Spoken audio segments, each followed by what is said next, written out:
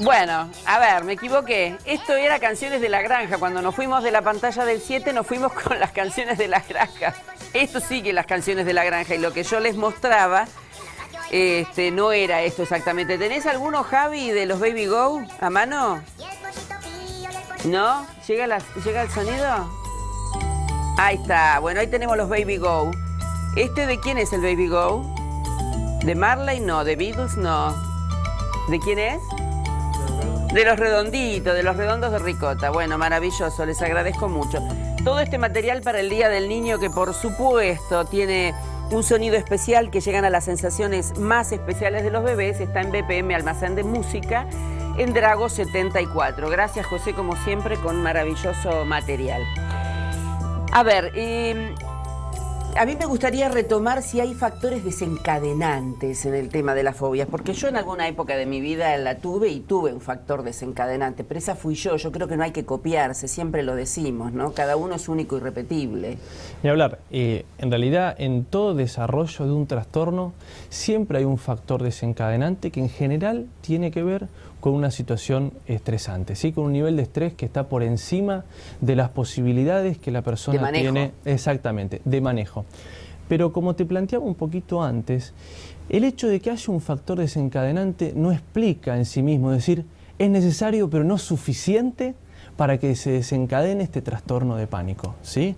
¿Por qué digo esto? Porque si la persona no hace esta interpretación errónea, como yo te decía antes, de las sensaciones que son normales en el cuerpo cuando uno está en un estado de alerta, en un estado de temor, en un estado de nerviosismo, ¿sí? Si no existiese, ¿sí?, esta mala interpretación que hace pensar que eso es peligroso y amenazante, no ocurriría, ¿sí? ¿Esa mala interpretación que la hace la mente? Exactamente. ¿Y sabes en general con qué tiene mucho que ver? O con una información que tiene errónea la persona, o con alguna, por ejemplo, anécdota familiar, por ejemplo, ¿sí? Se me viene una situación en la cabeza de una persona que un familiar tuvo una ACV y que él sabe que las sensaciones que tuvo previo a la ACV es un hormigueo y una cierta puntada en la cabeza. Entonces, cuando él sintió eso, ¿sí?, cuando él sintió eso, que lo puede haber sentido por estar nervioso o por una contractura cervical o por distintos motivos, ¿sí?, pensó, ¿será una ACV? Automáticamente, popum, popum, popum, la reacción de alarma. Porque bueno, ni te digo entonces la gente que es, ¿cómo se llaman? Los que son hipocondríacos. Esto tiene algo ¿Un que primo ver. hermano? Tiene algo, un primo lejano. Qué lejano. No, es un primo lejano, no hermano. Bien.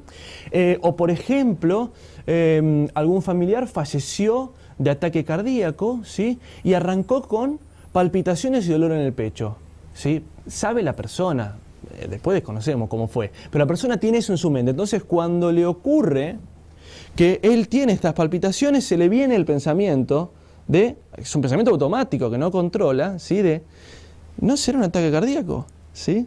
Entonces, a partir de eso, por supuesto, miedo, ¿sí? Y miedo, más palpitaciones, confirma la creencia, como decíamos antes, y más miedo, y ahí va el ataque de pánico. Y en general lo que les pasa a los pacientes es que antes de venirnos a ver a nosotros, ya han ido a varios clínicos, a cardiólogos, ni hablar. Tarda un tiempo esto. En general siempre primero van a la guardia un par de veces, ¿sí?, hasta que confirman, ¿no?, que en realidad esto no es una cuestión médica, sino que es la propia mente la que le está generando a la persona una trampa, ¿sí?, que hace que no pueda salir de esto. E incluso más tramposo es este fenómeno, que es que la persona empieza a querer controlar esto, ¿sí? Y al querer controlar, no cuando tiene el ataque, sino en lo cotidiano, quiere controlarlo. Entonces, ¿qué hace, Alejandra? Está permanentemente hipervigilante, está como todo el tiempo escaneando el cuerpo a ver si siente, ¿sí? Entonces, eso le genera, ¿sí?, un estado de ansiedad muy alto, ¿sí?, de temor, que genera las sensaciones a las cuales teme. Entonces, ¿entendés cómo? O sea que en personalidades más controladoras, las personas que son más de andar controlando y vigilando aún sus propias cosas, también tienen como unas predisposición más? La vulnerabilidad no estaría ligada a las personas controladoras, sino más a personas temerosas. Ah, temerosas. Sí, a personas temerosas, exactamente. A personas más, en la medicina se habla de un fenotipo vulnerable. Claro, ¿sí? eso. Un fenotipo vulnerable quiere decir una persona que, esto que vos me preguntabas al principio. Predisposición. ¿sí? Hay una predisposición que tiene que ver con el mal funcionamiento del receptor del cortisol dentro de áreas emocionales del cerebro, ¿sí? Que hacen que en realidad la persona tenga una reacción emocional más intensa frente a las situaciones de lo que debería tener. ¿Se entendió eso? Sí. ¿Y a partir de qué edad vos has visto, por lo menos en consultorio, o la literatura dice que no sé, niños, adolescentes, adultos? La literatura científica lo que indica es que es una patología que se desarrolla entre los 18 a los 25 años, ¿sí? Es decir, que de alguna manera, si nos está viendo gente y tiene 35 años y no le pasó, casi que se puede quedar tranquila de que ya está, ¿sí? Empezamos de nuevo, entonces dijiste 18. De 18 a 25 años es cuando se suele dar, que fíjate que tiene que ver con esto que vos tanto me preguntabas, que es el factor desencadenante.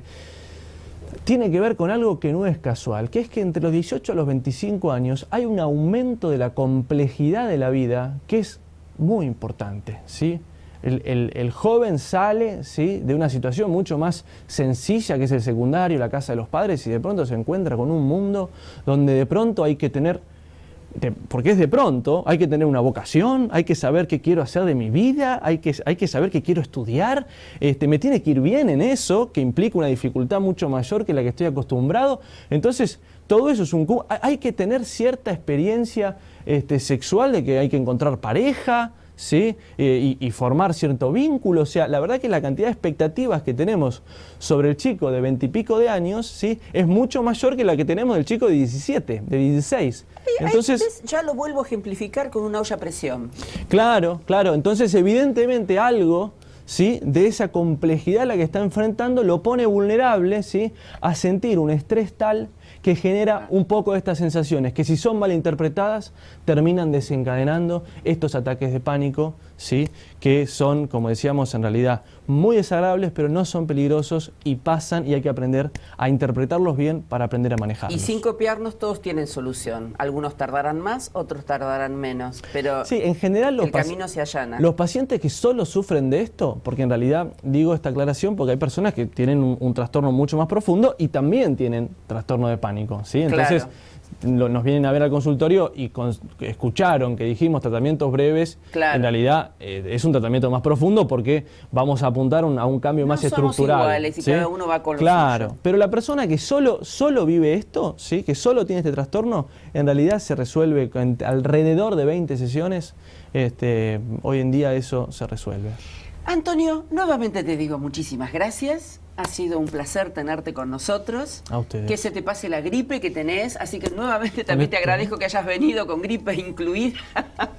Muy valioso lo tuyo. Gracias a vos, Alejandro. Y nos volvemos a encontrar en cualquier momento hablando de otro tema interesante, ¿no? Que así sea, gracias. Gracias. Chau. Nos vemos pronto. Gracias.